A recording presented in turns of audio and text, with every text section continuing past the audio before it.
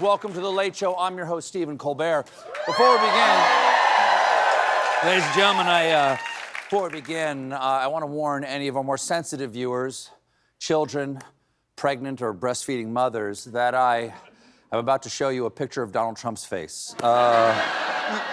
Here's the deal, because yesterday, the White House dropped the president's new official portrait. Now, you might remember, he already had an official portrait, which I believe was released on his inauguration. And that photo can only be described as body in the morgue that just stood up. So to compare, this was the old one, and here's the new one. Oh my God! It's getting closer. The new portrait is notable because it doesn't feature the American flag, which has appeared in every official presidential photograph since Gerald Ford's in 1974. They had to remove it from the new portrait ever since the flag filed that restraining order. Yeah.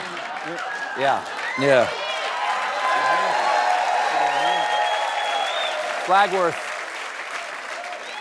The new picture will replace the official photographs of Trump that have already been hung in federal buildings and offices. The old pictures will not be thrown away. They will be used from now on to scare horses. I don't know why they want to do that, but that's what they're going to terrify horses with it.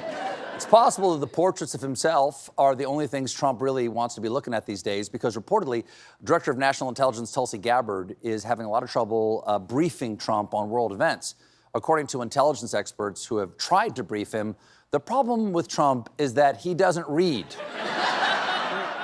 which is appalling, although he's not the first president to struggle with literacy. I mean, who can forget the sign on Harry Truman's desk, "De glurb stricts her." So true. De glurb. One analysis. One Harry Truman fans. There you go. One CIA analyst said that when he tried to give the president his daily intelligence briefing, Trump did not read it, but he touched it. Touching it doesn't count, I don't think. He's not your Aunt Sarah who's only at the book club to drink wine. I like the way the letters on the cover bumped out a little bit. That was nice. Let's crack open that next Chardonnay. I'm not getting any less divorced. It's so bad. It's so bad that one retired officer said briefing Trump presented the intelligence community with the most difficult challenges it had ever faced. Yes, the most difficult challenges that the entire intelligence community of the United States has ever faced. Getting Trump to learn, I believe, is the plot of the next Mission Impossible. Jim, do we have a clip? Your mission, should you choose to accept it, is to get Donald Trump to read anything. No. The intelligence community, he looks fantastic. Tom Cruise has still got it. He's still got it. The intelligence community has some ideas for how to better capture the president's attention. One is to turn the briefings into videos styled after Fox News. It makes sense because he's always watching. No, I think it actually makes sense because he is always looking at Fox News. And the best way to get information into his brain is just to put the information someplace he's already looking all the time. So either they have to put the top secret information on Fox News or at the bottom of a chicken bucket. Here's the troubling news.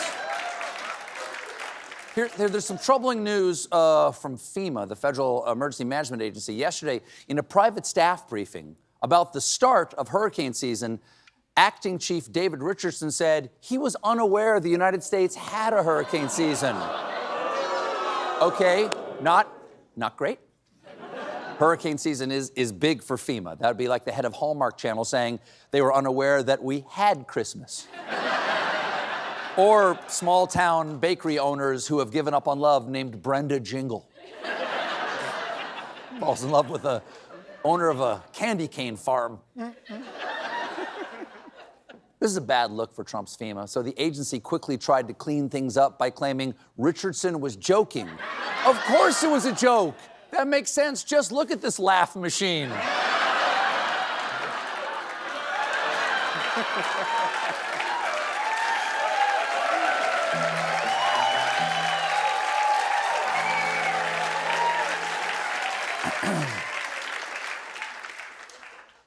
Knock, knock. David. David Richardson, acting FEMA chief. Let me in, there's a hurricane and I don't know why. You can, thank you. Thank you. Primarily, I'm a hoofer. You could forgive FEMA employees for not always knowing when Richardson is joshing him, because on his first full day as acting administrator, he told the agency's employees that if any of them tried to obstruct his agenda, quote, I will run right over you. I'm kidding, of course. I wouldn't want to hurt my car with your body. I would poison you. The Department of Homeland Security, which oversees FEMA, has defended Richardson, saying, despite mean-spirited attempts to falsely frame a joke as policy, there is no uncertainty about what FEMA will be doing this hurricane season. Adding, which we all know starts in Martober? The second week of Toyota-thon? Another Trump appointee making headlines is FBI director and toddler who just walked into mommy and daddy's bedroom without knocking. Kash Patel.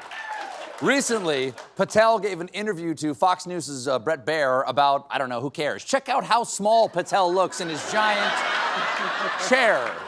His little tootsies can barely reach the little footresty thingy.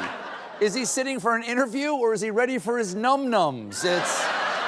Also, I'd like to point out, at the exact same time, in the exact same type of chair as Patel, Bret Baier appears totally normal. It looks like a ventriloquist got an exclusive interview with his dummy. Yet another one of Trump's cluster of weirdos is Health and Human Services Secretary and Vienna sausage having a stroke, RFK Jr. Since becoming the head of HHS, Bobby Jr. has introduced some radical changes to things like fluoride in the water and vaccination schedules. To justify these changes, last week, HHS released a report laying out their scientific vision to make America healthy, which they called the MAHA Report, which claimed to be a, quote, clear evidence-based foundation for action on a range of children's health issues. Just one problem, the report is rife with errors, including at least 7 fake sources. I mean, the speculation is they just used AI to make up their science. Any teacher would fail this paper immediately. I mean, how the heck did this guy even get through school? I was at the bottom of my class. I started doing heroin. I went to the top of my class.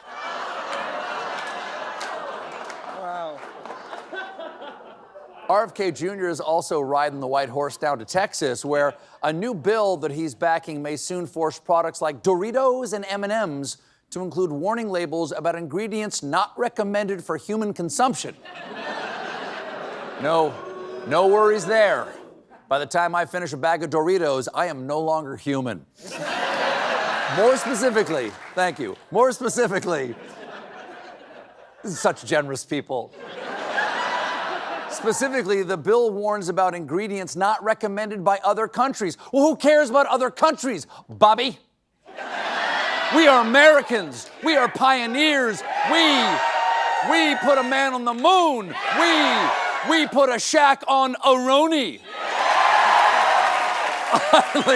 Finally, I've got a little bad news to everybody who likes to taste the rainbow, because Texas also wants to slap warnings on Skittles and M&Ms, Fruit Loops, and Mountain Dew, which use synthetic dyes. Okay, I mean that's not great, but was there anyone who did not already know those colors were synthetic? The 2 O's in the word fruit weren't a context clue? I mean, there's not one ingredient of Mountain Dew that wasn't created at Los Alamos. As Oppenheimer famously said, I am become death, blaster of Bajas. Things are pretty bad. Right. Bloody well, right. Things are pretty bad out there right now, which is why it's important to focus on the little things. For instance, Tinder is rolling out a new feature that allows users to screen potential matches based on height. Oof. Tough week to be Kash Patel. Is he single? Is he single? Do we know? Is he single? Seems like a catch. Specifically, Tinder is adding a filter that lets users specify the minimum and maximum heights of their matches. Yes, ladies, you have to be careful with the maximum height. You go too tall, you get stuck with a guy with a beanstalk who only wants to fee-fi fool around. I don't understand why people are so picky about dimensions. Are they looking for a date or a dining room table on Craigslist? My dream match? Oh, someone modern with long legs and an expandable leaf that can accommodate 6 to 8 diners. No surprise, there's a little bit of blowback on the new feature, with many accusing the app of superficiality. Yes. Yes. Tinder matches should be based on non-superficial reasons, like a half-second glimpse at someone's face. That tooth looks weird. Nope. We got a great show for you tonight. My guest is former New Zealand Prime Minister Jacinda Ardern. And when we come back, meanwhile, join us, won't you?